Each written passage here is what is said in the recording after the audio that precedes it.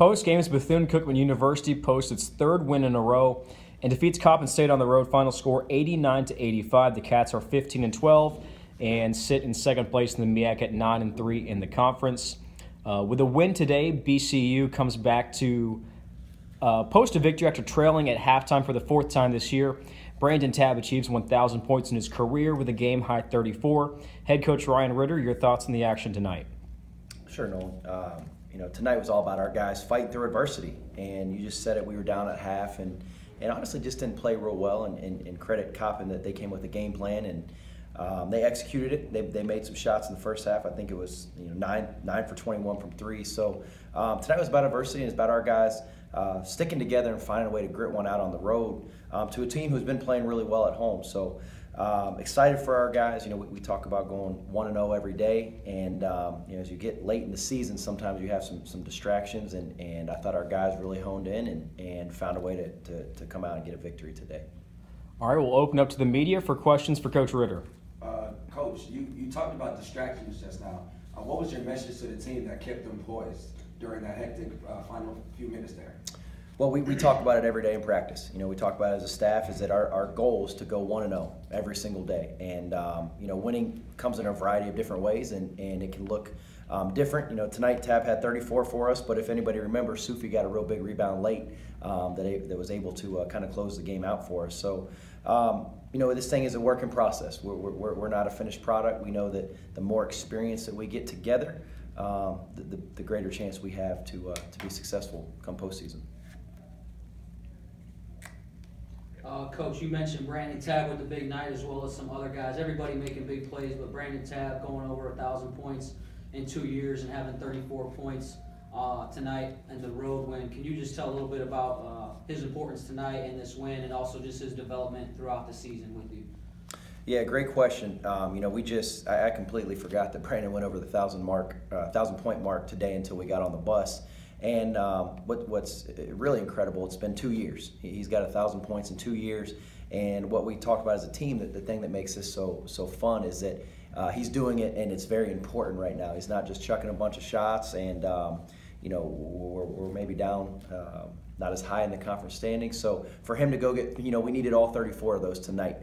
And he's doing it rather efficiently. Obviously didn't shoot it extremely great tonight, but again was 13 of 14 at the free throw line. So proud of Brandon and his growth and not just scoring the ball, but really being a great teammate and able to help facilitate offense and honestly putting winning at the top of his priority list. I know he's happy about 1,000, but I guarantee if you ask him, he's more happy about the guys finding a way to get a win on the road.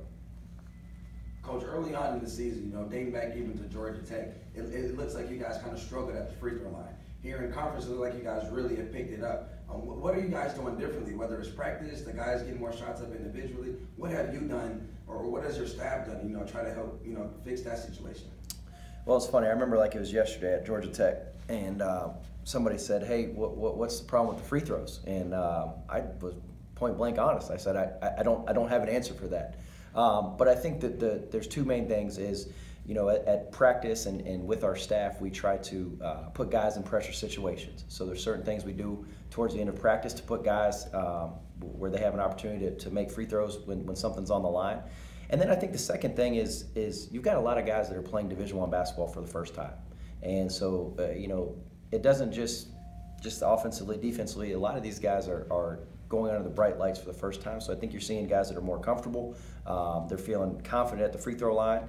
And, I think those would be the two biggest things that why we're shooting the ball better from the free throw line in conference play.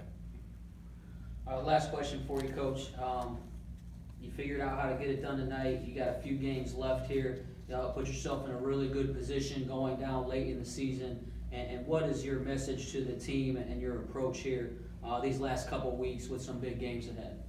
Yeah, great question. I think, a couple areas is we just hit on it is we've got to ignore distractions. And yes, we're 9-3 and we're in second. We've got a chance to, hopefully finish this thing on a positive note. But the second message is we've got to go 1-0. And that starts tonight. We'll come with a great game plan for Morgan. And, hopefully we'll come out and have a great effort on Monday night to a very talented team that is very capable of playing with anybody in our conference.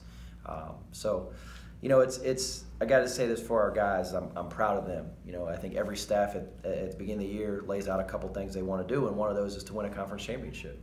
And our goal is no different than anybody else. And so with 4 games to go, to just have an opportunity to be in the conversation, I think that's all you can ask. So we're going to rein it in, and we're going to get our guys prepared, ready to go for Monday night at a very good Morgan State team.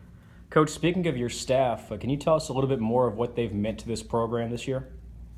Well, our staff dynamic is unique. We're obviously young. We come from a lot of different backgrounds, but we're extremely together. And, I think that's what our guys really are able to feed off. If you said, hey, any one of our guys tell us one thing about our group, they would say we're together. And I think they're able to feed from our staff because there's no ego. And, tonight was Coach Wood's scout with Coppin, and Monday will be Coach Taylor. And I think the thing is, as the head coach, allowing them to have freedom to really coach. Because I know I don't have all the answers, and that's why I hire guys that are around me that are significantly better. So proud of our staff dynamics, proud of how we're working, and I think our guys feed off it at a high level. Wildcats win for the 3rd time in a row. Coach Ritter, thanks for your time. Thank you.